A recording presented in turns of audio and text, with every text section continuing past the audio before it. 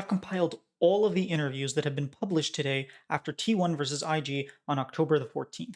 Now, normally I would just post scrums if I didn't get interviews, but because scrums are no longer a thing, I don't have anything to post. I'm a content creator. I don't get nearly as many interviews as all these publications. So I scoured the web. I looked at every single publication, looked at all the interviews that they posted, and I have some highlights for you guys as well as links for you to read the whole thing. I'm obviously not going to show you the whole thing because I want the publication to actually benefit from it. So we're just going to start one by one.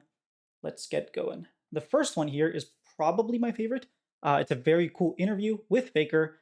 The highlight of this is paid. I think this is the only one on my list that is paid. I would recommend it. They post out good stuff. I think Paul Avier, if not mistaken, is the one who wrote this. The highlights for me was Faker talking about being happy to play his LeBlanc.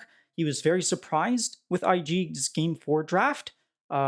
He also said that for this world, he wants to focus on the experience that he gets from it, which is really cool to see. Like he's experienced so many different worlds, and he's like, yeah, I just want to focus on the experience. So again, this one's paid.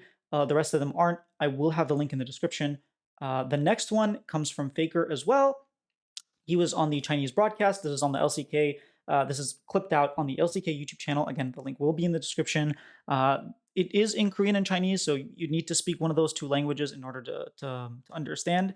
I will be adding Korean because I speak Korean, but basically T1 Faker said here that he recognizes that playing one match and then you're like out, basically, your whole season, your world is based on one match at the beginning is a lot of pressure, but he likes to look at it on the positive side. It helps him warm up, getting that one extra match before going into Swiss stage. And he said T1's like a team that really ramps up. So those are the Faker clips. Again, watch the whole thing. They're good interviews. The next one is with T1's coach Tom. I'll just highlight a part of it. Again, I will put the link. This is with Cookie News. A very good interview where they talk about just T1's performance and expectations.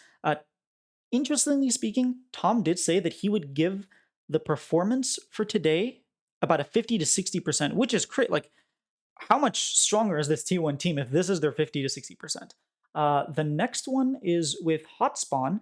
The highlight here was Oner mentioned that, David, I think is his name. He asked Oner who's like the best jungler in this tournament, and he said it was himself, which is very cool to hear considering last time I talked to Oner during Worlds, he mentioned how he has like self-esteem issues. He's not very confident. So I like that confidence. Gumayushi did an interview with Fomos, again, on YouTube. Again, the rest of them are free. Links will be in the description, just making sure you guys know.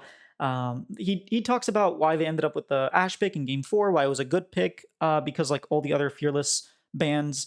He also talks about like that it was fun laning top versus the Shy's Varus, and just about the whole game. Pretty insightful onto like what was going on through their minds, what were they expecting games. Well, he goes through a bunch of the games as well. So this was a really cool interview to watch. I got a couple more for you here. This one's with Doran. Now, I love Doran. I cannot wait to get an interview with Doran. But I've been requesting him for a while. He's just a really fun. I don't know. He's very wholesome the way he talks. This is with eFocus. Again, this one's in Korean. So if you speak Korean, that would be awesome. He talks about the fact that T1 were actually pretty confident going in to this match against IG, like just from their practice and whatnot. Their schedule was like not too busy. She asks him about the schedule and if they were really, really busy with the stuff. He was like, oh, not really. We actually had a pretty good schedule coming into this Worlds. And he talks about playing against the Shy and like why he was confident and like he wasn't nervous at all. And the interview goes on. It's like a 6-minute interview. You should probably watch it. I don't want to like spoil the whole thing. Again, these are just my highlights of the interview. And then lastly, this is probably my second favorite interview, even though I really want to talk to Doran, from esports GG, where Rookie sort of talks about the game. Obviously, this is after he was eliminated. He shares how he's like mentally defeated and like the emotions that he's going through, and he does a pretty good job at expressing that. He talks about like obviously the games, what went wrong, the things that they felt like they could have done well, how he felt like T1 did play well, but like there were certain aspects of the game that they should have done better. But my personal highlight of the interview is him showing his appreciation to the fans. I'll let you read the full thing again, but I do want to read this small excerpt. It's not even the full answer, but Sophia asks, do you want to leave a message to the IG fans? And he says, I'm really just a fan of our fans. I believe every fan has their own life and responsibilities, yet they still choose to spend their time supporting us. And that means a lot to me. That's also one of the reasons I'm here today, because I know I can keep giving my best for them. I'm truly happy and grateful to be here. That is something really difficult to say after getting knocked out, going to Worlds and getting knocked out in like one best of five, right? But the fact that he's able to have like that presence of mind and just to know that and to really appreciate all his entire journey. You really should check out the interview. He also talks about next season, so I won't spoil that. Lastly, I do have the Swiss stage draw show that happened, but before I go through them, there's one last thing I want to talk about. These aren't all the interviews that were done. There are a lot more interviews. Some of them were in Chinese. I saw them. I didn't want to really use the machine translation. Some of them just haven't been posted. Some people who did their interviews and they're like a little later. I'm doing this at around 6 p.m. EST. Obviously, some people maybe still haven't posted theirs.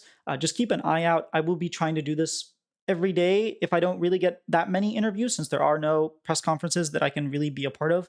But I really want to highlight what the players are saying, their stories, their emotions, their feelings, the narratives, all of that. So this is sort of what I'm calling the world's newsroom.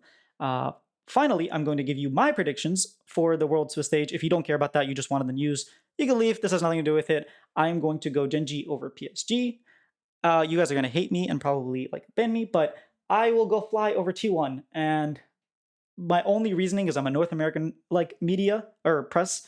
I am a North American fan, and I really believe in FlyQuest. I'm hoping that they can bring something spicy. They can bring out these picks like Tryndamere Jungle, and in a best of one, like T1 doesn't have 3 games. They don't have 5 games, right? It's one game. You catch them off guard. Last year Doran didn't know what Nunu was doing. He tried to TP in front of Nunu. I think there's an opportunity to really pick one thing in another interview with Faker.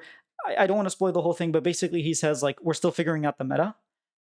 So T1 is saying like no one really knows what the meta is. We're all trying to figure it out together.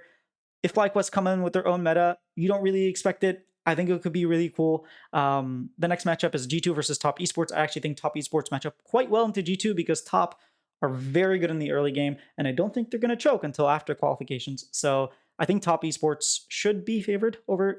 I have them favored over G2.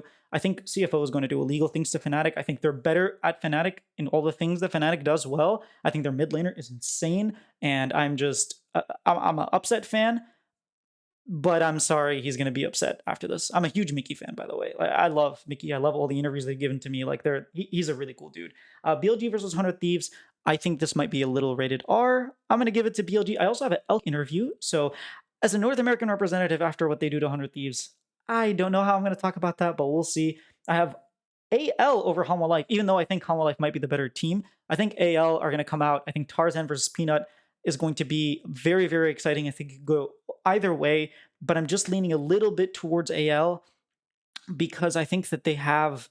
Honestly, I'm overestimating them, aren't I? I already tweeted out my predictions, so it's kind of hard to change now. But I think that Tarzan has that clutch factor, and I'm hoping that he can really show it. It's the best of one again. Anything can happen. Rooting for my boy Tarzan. Although I'm a huge Peanut fan and I kind of want him to win Worlds, it's just hard. There's so many people I want to win Worlds and so many personalities I'm a fan of, and I try not to let that delude me too much unless it's FlyQuest. VKS versus TSW. I actually have TSW winning. I know VKS is a good team. Don't get me wrong. I just think TSW is a better team. I think they do things around the map better. I think while I did see really good play from Trimby with his jungler, I just think TSW will hands check them a lot better, if that makes sense. I think they just have the better hands. We're also pretty much the only team that took anything off of CFO in the LCP. And then lastly, I have KT Rollsters steamrolling over Mad Lions Koi.